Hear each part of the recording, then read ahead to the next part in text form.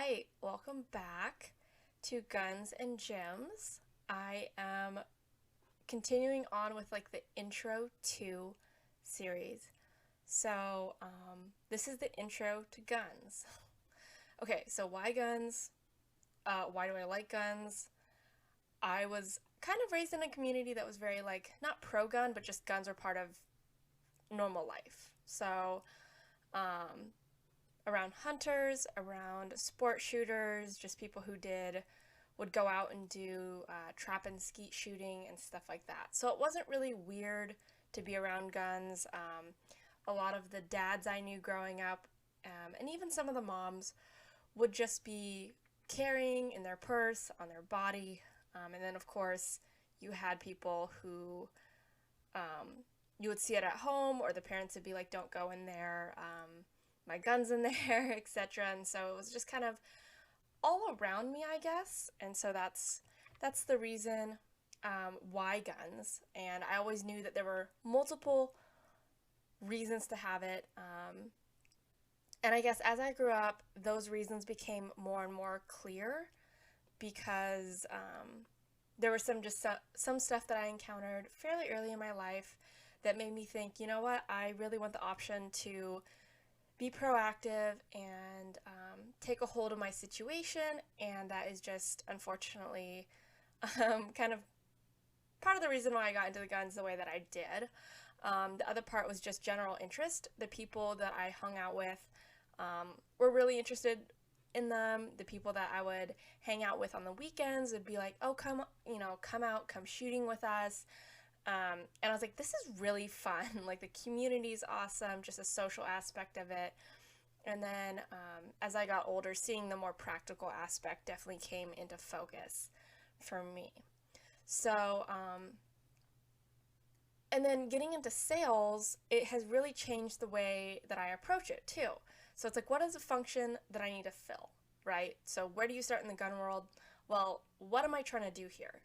So when people start, there are usually three categories that they will fall into, at least for their first gun.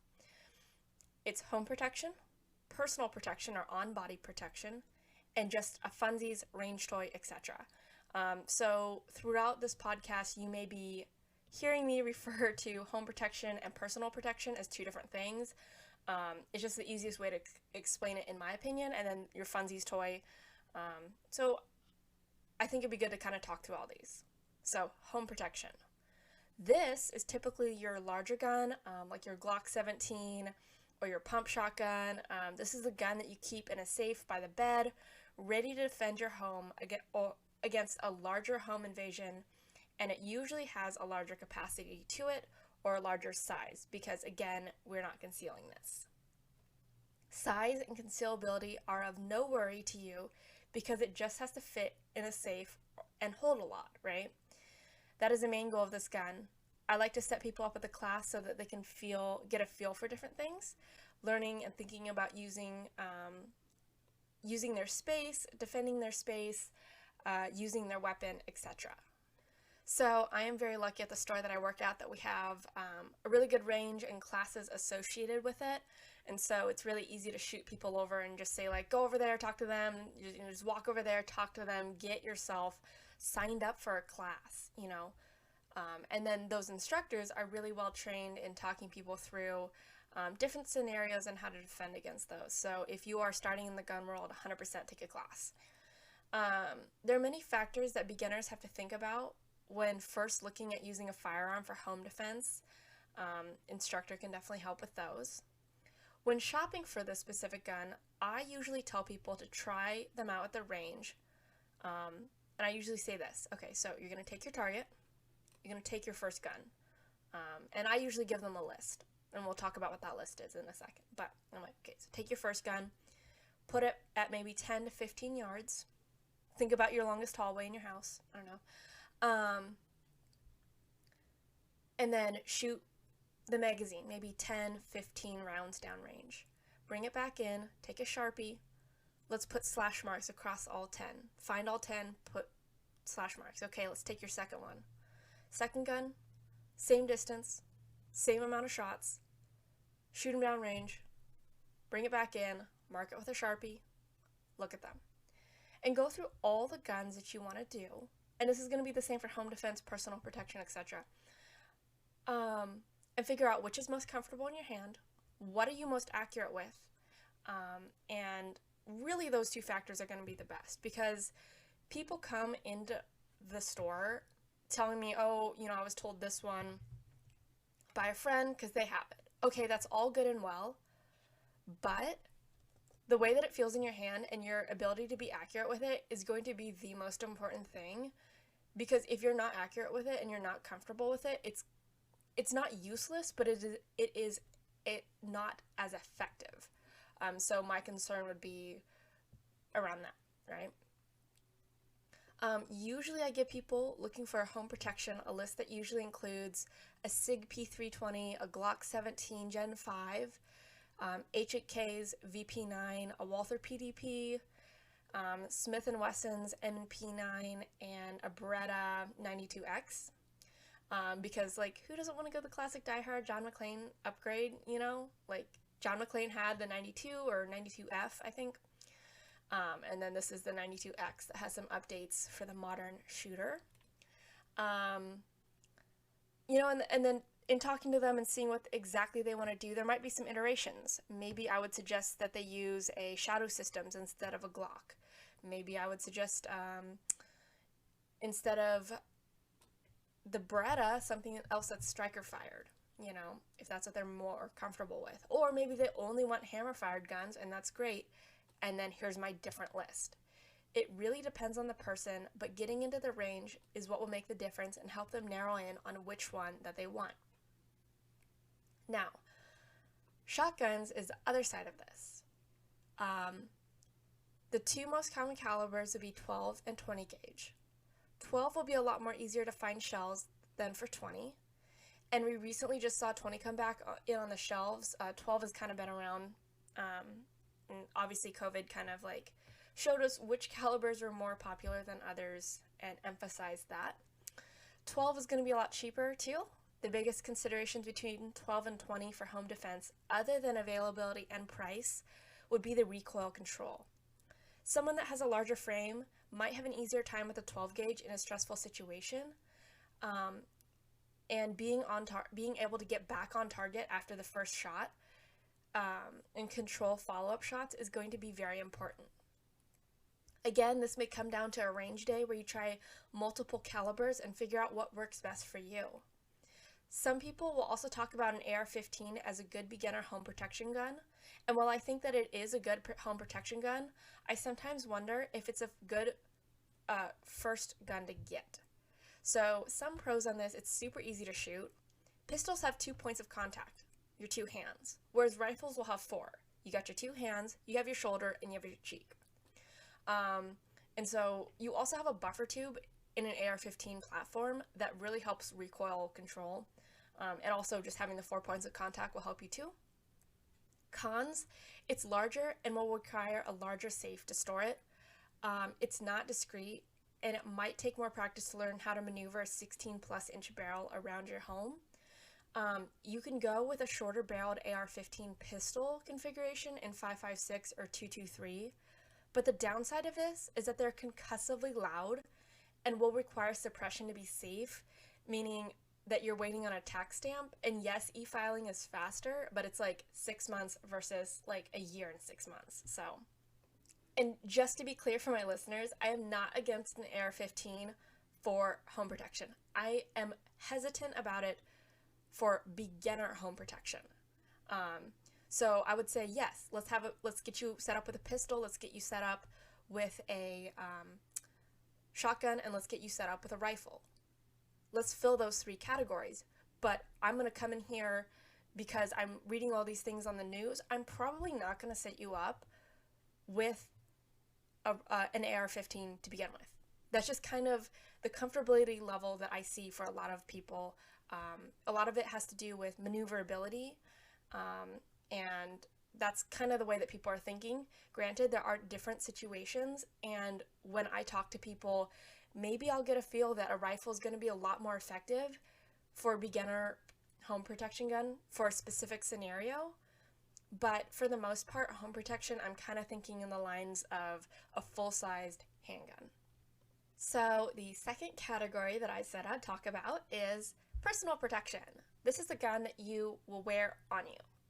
From the multifunctional Glock 19 that can double as a home protection gun, to something like the Ruger LCP Max, there are many forms of the concealable gun.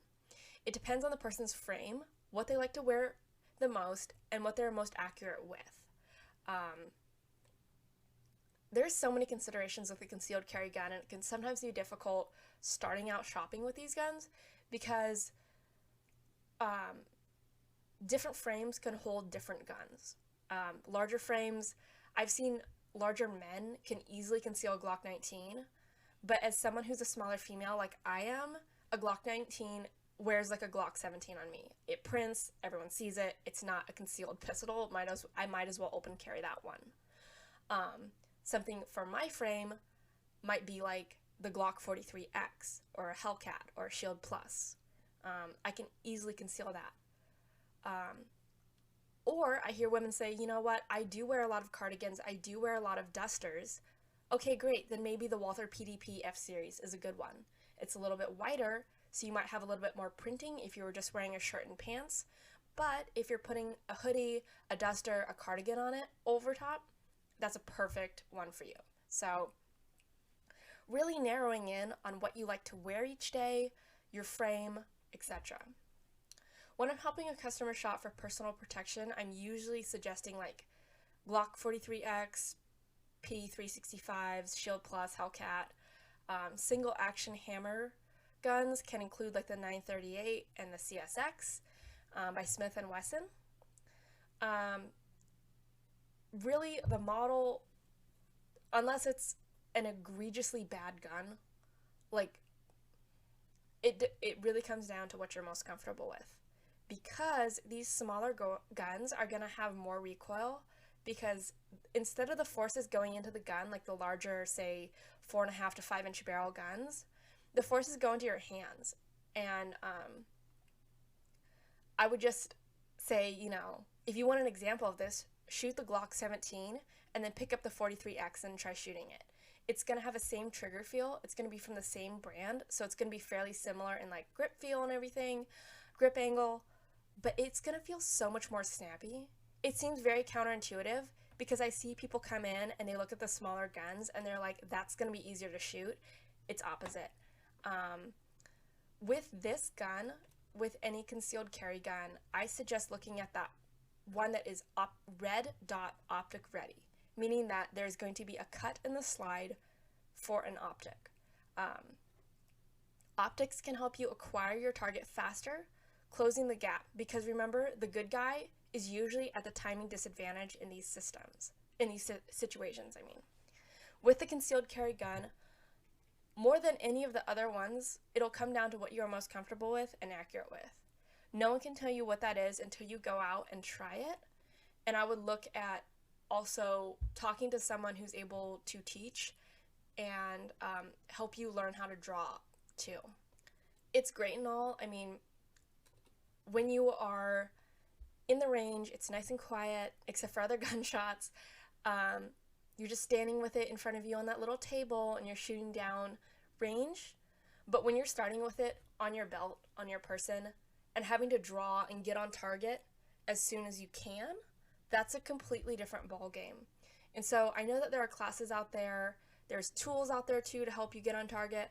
I would definitely consider at least going to a class, if you're planning on concealed carrying, about drawing from a holster and using your gun in those situations.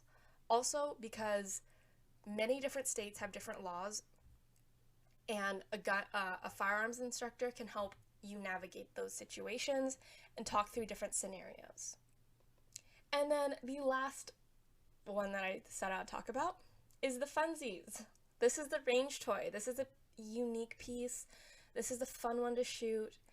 Usually, and for many people, this is like the competition gun, like the CZ Shadow or Checkmate, Staccato XC, an Atlas gun, an old 1911, a PS90, SCAR, all these guns that are just look fun, are fun to shoot, and this piece requires, is it cool looking, is it fun to shoot? Those are the questions being asked. They're not, if it really hits a fan, will this keep me from coming out of the situation alive? It's not, we're not answering those questions with this gun. Can it do that, and can it fill that function? Yes. But this one is purely for entertainment, fun, going out into the woods, going out to the range, and doing that. And sometimes this is the most fun to help someone shop for, because it's like, it has more of a fun aspect to it versus like, I'm trying to save my own life. Let's talk about that, So, funsies guns, I would look